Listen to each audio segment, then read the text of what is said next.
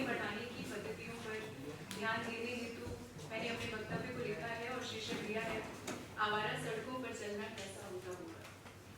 थोड़ा सा इमेजिनेशन का इस्तेमाल किया है।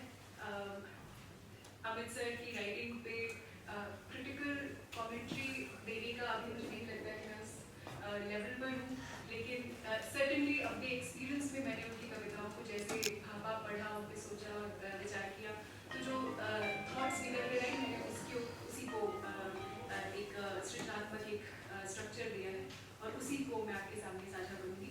तो इजाज़त दीजिए। तो शीर्षक है आवारा सड़कों पर चलना कैसा होता होगा।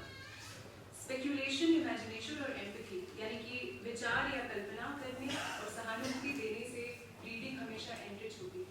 मेरा पूरा जो कथन है आज का वो सारा डायरेक्टेड है टुवर्ड्स रीडर्स। कविता कवि जो है वो कहते हैं अपने अपने एक्सपीरियंसेस को कंडेंस करते हैं, क्रिस्टलाइज करते हैं और आप तक लाते हैं, पर कविता जीवन ही तब होती है जब वो रीडर के एक्सपीरियंस में उसकी कॉन्शियसनेस में एंटर करती है, तब वही जो उसके बीजक हैं वो अंकुरित होते हैं। और इसी बात पर मैं वापस दोबारा आऊँगी अपने वक्तव्य में। तो शुरू करते हुए बलसर का कविता को शुरू से ही आपको नए ढंग से मुखातिब कराता है। सड़की और वो भी आवारा संग्रह आप पर छोड़ देता है कि आप इन अल्हड़ सड़कों पर कैसे, कितना और कब तक चलना चाहेंगे। यही है रीडर और राइटर का कॉन्ट्रैक्ट। राइटर अपने एक्सपीरियंस को शब्दों में क्रिस्टलाइज करता है और एक तिलिस्म की तरह पाठक को सौंपता है। इस तिलिस्म में बंद शक्ति को आत्मसात करने की जिम्मेदारी पाठक की हो जाती है।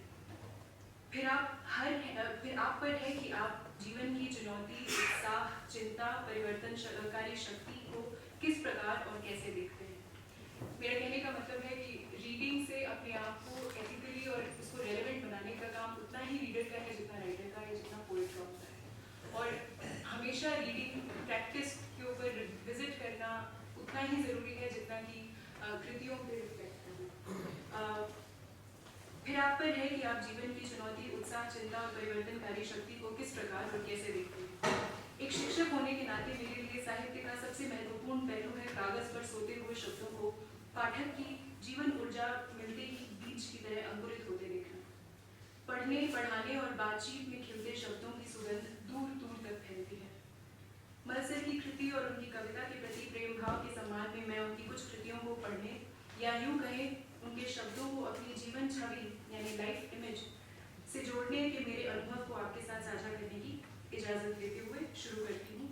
कल्पना करें, एक सुहानी शाम, सप्तपर्णी की महक खिड़की से घर के भीतर अब आने लग रही है और आपकी आंखों के सामने है ये कुछ पंक्तियाँ। समय की धुन में जिंदगी गुनगुना रही है, मैं देख रहा हूँ, सुन रहा हूँ, जी रहा हूँ। हाल ही में जीवन की भागम भाग में 2 मिनट सुकून के निकाल कर जीवन की निरंतरता को कल कल बहते पानी की तरह देख पाने का सौभाग्य प्राप्त हुआ। पाठक के जीवन में कभी कभी शब्दों से रैंगल यानी लड़ने की जरूरत नहीं पड़ती। शब्द अपने आप दबे सच को खुद ब खुद सामने ला सकते हैं। ऐसी सूक्ष्मता कभी कभी पाठक को मिलती है। कभी कभी ऐसा सर्कमस्टेंस बनता है जब आपका मन, शरीर उन शब्दों को ग्रहण करने के लिए रेडी है और शब्द भी अपने आप को आपके टुवर्ड्स ओपन अप हो जाते हैं। जीवन जीने की निरंतरता में एक लय, एक रिदम सा एहसास होता है, जैसा पानी की टप टप में हमें कभी कभी धुन सुनाई देने लगती है। तो आप देखेंगे कि बलसर की पोएट्री में आपको बार बार एक रेपिटेटिव रिदम मिलेगी। देख रहा हूँ, सुन रहा हूँ, कर रहा हूँ, एक रेपिटेशन बार बार पोएट्री में उनके आपको नजर आएगी। और उस रेपिटेशन को मुझे कुछ मोमेंट्स में वो म्यूजिकल लगा। उसमें मुझे लगा मुझे रिदम दिख रही है, ऐसे ही जैसे पानी टप टप टप टप, कभी कभी उसकी वो सिर्फ आवाज़ रहती है और कभी कभी उसकी आवाज़ में आपको रिदम नजर आ जाती है। कविताएं ऐसी अनेक संभावनाएं प्रस्तुत करती हैं। एक दिन काम की जद्दोजहद के बीच मेट्रो कोच के एक हैंडल को कसकर पकड़े, भीड़ से एक टुकड़ा जमीन छीन, अपने सामान को पैरों के बीच कस के दबाए हुए यह कविता पढ़ के देखिए। जिंदगी पाने के लिए समय की रेत में उंगलियों से छांट रहा, खंगाल रहा, जो हाथ लगा वही हूं मैं आज। जीवन संघर्ष का हर एक क्षण पीछे बिताए हर क्षण का उत्तराधिकारी है। अपनी ओट में छुपाए रखता है असीम संभावनाएं, और साथ ही वह क्षण होता है बीते समय की परछाइयां में। महानगर की भीड़भाड़ में अक्सर हम बहुत सारा समय खालीपन में बिताते हैं। सुरक्षा लाइन में लगे, लोकल बस या ट्रेन या मेट्रो में झूलते हुए, मॉल में फिसलन भरे फर्श पर गिरने से बचते हुए। कविता इन सब खाली क्षणों को प्रतिबिंबित करती है, उसमें कोहेरेंस, कंटिन्यूटी, म्यूजिकलिटी लाती है। कविता केवल एक सौंदर्यात्मक वस्तु ही नहीं है, आलोचना का स्रोत भी है। जीवन रस के बीच पड़े कंकड़ पत्थर का विश्लेषण सामने रखती है। एक और मलसर की प्रस्तुति समाज को श्रेष्ठता के सोपान पर ले जाने वाले, समाज को हाँकने वाले, दौड़ने वाले, फ्रेम से निकली हर वेदना को, हर जज्बात को काट छाट कर फिट कर देने वाले सिस्टम के फ्रेम में। अब थीमेटिकली या थीम के बारे में बात करें तो ये कविता एक्सक्लूजन और इंक्लूसिविटी के एक सोशल डिस्कोर्स के बारे में, कि एक ब्यूरोक्रेसी का एक फ्रेम कुछ चीज़ों को, कुछ डिस्कोर्सेस को इंक्लूड करता है, और कुछ उस इंक्लूजन की कॉस्ट्स होती हैं एक एक्सक्लूजन की। और इस इंक्लूजन और एक्सक्लूजन में एक फ़ोटो को फ्रेम के साथ दिखाया गया है कि फ़ोटो में आपको हमेशा कुछ रह जाता है और कुछ कैप्चर होता है, और उसकी कुछ कॉस्ट्स होती हैं, कुछ सब्ट्रैक्ट होता है और कुछ ऐड होता है, और उसकी कंडीशनैलिटी को इस कविता में रखा गया है। मुझे पहचानने के लिए मेरा चेहरा मत खोजिए, मैं अपनी किताबों के अक्षरों में बिखरा पड़ा हूँ। ये कविताएं चिंतन मूल्यांकन को उकसाती हैं। मेरे लिए एज ए रीडर कोविड से उबर रहे समय में पूर्ण विराम लगने के बाद दोबारा एक नए तरीके से जानने, समझने, सोचने, विचारने, जीने की प्रक्रिया कैसी चल रही है। पैंडेमिक से गुजरने के बाद हम सबको समय समय पर खुद से ये सवाल करना अत्यंत ज़रूरी है कि हम हैं कहाँ और किस ओर जा रहे हैं।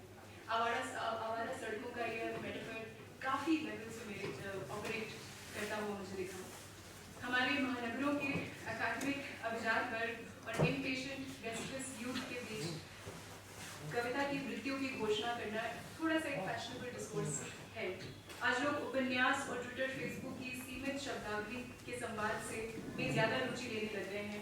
स्टूडेंट से कभी कभी मुझे एक ये पेसिमिस्टिक ओपिनियन आती रहती है कि स्टूडेंट्स को पोइट्री में कोई इंटरेस्ट नहीं है, ये क्या सिंबलिज्म और ये क्या मेटाफर और ये क्यों 2, 3, 4 लेवल पे एक ही सेंटेंस को पढ़ पाना है, इसका पॉइंट क्या है।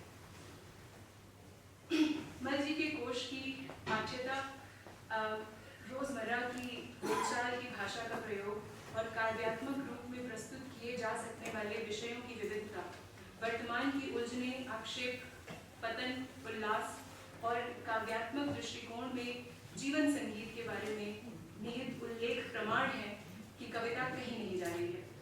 मेरे द्वारा प्रस्तुत विवरण उदाहरण के लिए हैं कि it describes and is a testament to the fact that कविताएं अपने जीवन काल में विभिन्न संदर्भों को छूती हैं और हर बार उन्हें जितनी बार उन्हें पढ़ा जाता है वे नए अर्थ प्रदान करती हैं, और उसी के थ्रू कविता ट्रैवल करती जाती है और नए नए मीनिंग्स एक्वायर करती है। So this was all that I wanted to say. In conclusion, my reflection on reading the poems थोड़ा odd लग सकता है, ये critical उतना नहीं था, मैंने थोड़ा सा imaginative एक description दिया था, but I firmly believe that any conversation about literature and writing is incomplete without taking into account the impact it has on the reader and the ways in which words stand to change lives of those they touch. Mal Sir's attempt to touch the lives of others with his reflective poetic